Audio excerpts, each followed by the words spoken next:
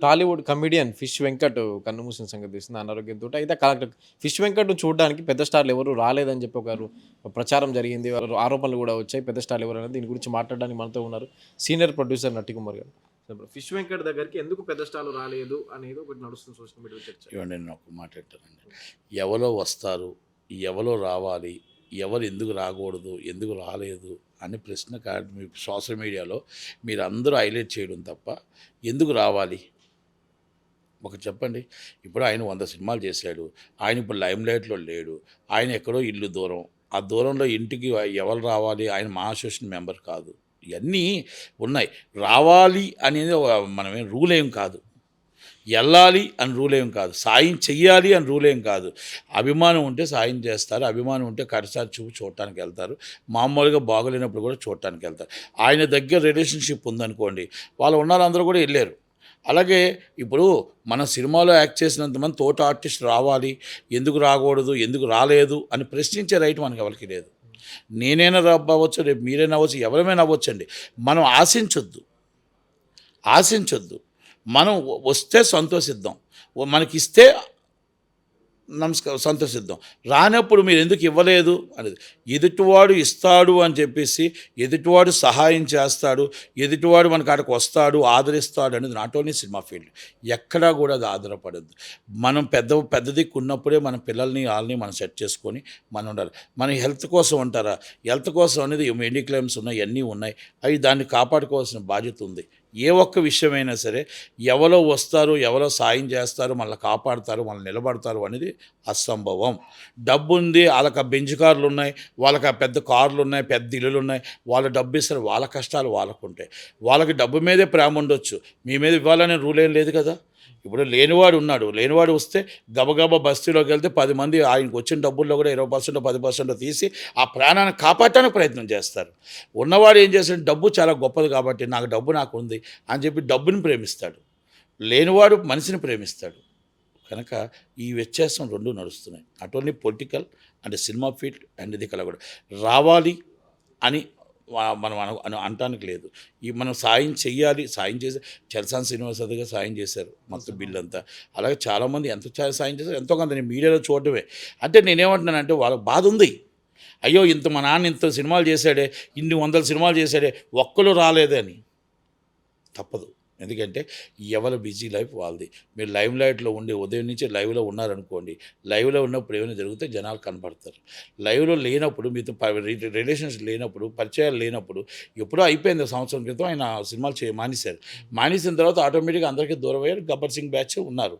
కనుక అలాంటప్పుడు రారు మా అసోసియేషన్ మెంబర్ కూడా కాదు ఆయన. ఇదో ఇప్పుడు వివాదంగా ఉంది. అంటే 20 ఏళ్ళు స్టార్ హీరోలతో కలిసి చేసిన కమెడియన్ 20 ఏళ్ళు ఉన్న ఇండస్ట్రీ మా కార్డ్ ఎందుకు తీసుకోలేదు? అక్కడ వాళ్ళ బంధువులను అడిగితే కూడా అప్లై చేయడానికి ఎళ్లారు గానీ అప్లై చేయలేదు. అంటే ఆయన తప్పేనా అది? ఆయన తప్పే కదా. డబ్బు మా అసోసియేషన్ కంటూ కట్టాలి కదా. ఇప్పుడు 2, 3 ఏళ్ల కిందట ఏమండి రోజుకి 50,000 రూపాయలు ఆర్టిస్ట్ అండి ఆయన. Per day 50,000. మేము 3,000 ఇచ్చేవాళ్ళు. మాతో 4 సినిమాలు చేశాడు ఆయన. మేము శ్రీహరి గారి 3,000 ఇచ్చాం. 3 నుంచి 50,000 ఆర్టిస్ట్కి వెళ్ళాడు. 50,000 పర్ డే. మరేం తక్కువేం కదా. ఆయన బిజినెస్లు కూడా ఉన్నాయి, ఆయన ఫిష్ ఎన్నో ఉన్నాయి. అంటే నేనేమంటున్నానంటే ఏది అవనేయండి సార్, ఎవరు ఏదైనా మనం రేపు పెద్ద దిక్కు లేకపోతే ఎవరు పట్టించుకోరు. ఈ ఇండస్ట్రీలో పెద్ద నిర్మాతల్ని, పెద్ద డైరెక్టర్ పిల్లల్ని పట్టించుకోరు. ఆ రోజుతో ఆ మనిషి అయిపోతే, ఆ మనిషితో సినిమా వాళ్ళతో రిలేషన్ లేకపోతే ఇంక లేదు. కనుక మనం అందుకే పెద్ద మనసు మనం అర్థం చేసుకోవాల్సింది అంటే, బాధ ఉంది, మీకు కష్టం ఉంది. అయ్యో ఏంటి మాకు మా నాన్న యాక్ట్ చేశారో రాలేదే అంటే, వస్తారా రారా అనేది ఎవరిష్టం వాళ్ళది. కానీ ఇంటిమేషన్స్ కూడా కొన్ని ఉంటాయి. అది అసోసియేషన్ మెంబర్ కాకపోవడం ఇవన్నీ ఉంటాయి. అయినా కూడా రావాలి అని రూలు లేదు, డబ్బులు సాయం చేయాలని రూలు లేదు. ఎవరో చేస్తారు, ఎవరో పెడతారు, ఎవరో వస్తారు, ఎవరో మనల్ని ఆదుకుంటారు అనుకునే ముందుగానే జాగ్రత్తగా ఉండండి. ఇన్ ఫ్యూచర్ రేపు ఉదయం కూడా మళ్ళా సినిమా ఇండస్ట్రీలో ఉన్న అందరికీ చెప్తున్నా, రేపు మీరు కానీ నేను కానీ ఇంకొకరు కానీ ఎవరైనా ఏవైనా అయితే వస్తారు అనేది మర్చిపోండి, చేస్తారు అనేది మర్చిపోండి, చూస్తారు అనేది మర్చిపోండి. మన అభిమానంతో మనంగా వచ్చిన వాళ్ళకి మనం సంతోషం, రాని వాళ్ళకి సంతోషం. అంతే తప్ప ఎవరో వస్తారు, ఎవరో చేస్తారు అని మాత్రం సాయం చేస్తారనేది మర్చిపోండి. అదృష్టం కొద్ది సాయం చేస్తే వాళ్ళకి ఇంకో దండం పెడదాం, చేయని వాళ్ళకి కూడా ఇంకో దండం పెడదాం. కనుక దయచేసి పిష్ వెంకట్ గారు వాళ్ళ ఫ్యామిలీకి నేను సంతాపం తెలియజేస్తూ వాళ్ళ కుటుంబం బాగుండాలని కోరుకుంటూ ఇన్ ఫ్యూచర్ ఎవరికైనా సరే దయచేసి విచ్చేసి ఉన్నవాడు లేనివాడు ఉన్నవాడికి డబ్బు మీద ప్రేమ, లేనివాడికి ప్రాణం మీద ప్రేమ, ఆ ప్రేమించేవాడికి బస్తీ మీద, అందుకని బస్తీలో చనిపోతే వేల మంది వస్తారు. పిష్ వెంకట్ కొన్ని వేల మందితో చక్కగా హ్యాపీగా వెళ్ళాడు. కనుక అలాగే ఏది అయినా సరే డబ్బు ఉన్నవాడు డబ్బు ఇవ్వాలని రూల్ లేదు. డబ్బు లేనివాడికి ప్రాణం విలువ తెలుసు కాబట్టి 10 మంది డబ్బు దండైనా సరే కాపాడదాం ప్రాణాన్ని ప్రయత్నం చేస్తారు. ఇది ఈజ్ ద రియల్. ఇది వినాలి, ఇది ఒప్పుకోవాలి.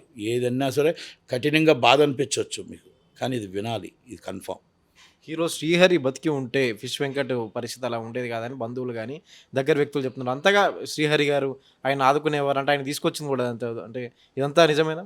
ఇటువంటి శ్రీహరి గారు నేను 4 సినిమాలు తీశాను. శ్రీహరి గారు నాకు ఆయన దగ్గర నేను 30 సంవత్సరాలు దాదాపు ఆయనతోనే ఉన్నాను.